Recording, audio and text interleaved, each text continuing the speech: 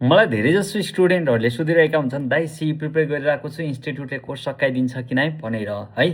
अब म खाना खान जाँदा बेर यो कुरामा म एउटा भिडियो बनाइहाल्छु।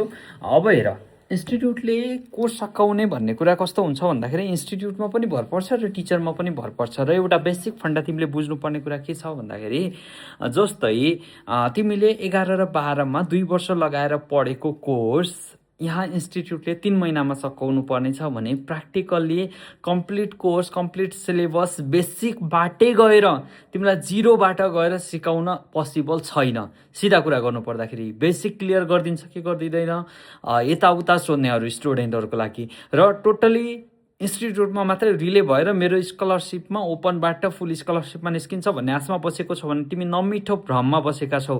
र म आफै पनि पढाइरहेको छु र म आफैले पनि सिलेबस भ्याएको हुँदैन।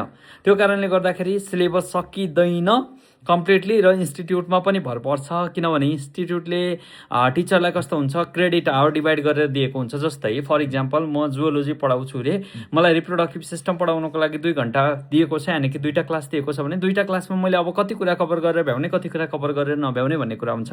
त्यही भएर एउटा कुरा क्लियर के हो भन्दाखेरि इन्स्टिट्युट भनेको ब्रिज हो।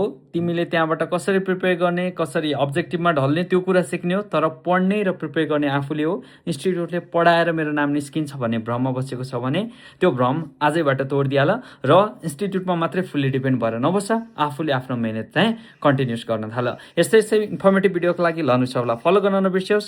र यो पछिको नेक्स्ट भिडियोमा चाहिँ हाउ टपर्स आर क्रिएटेड भनेर म त्यो भिडियो हाल्छु है त।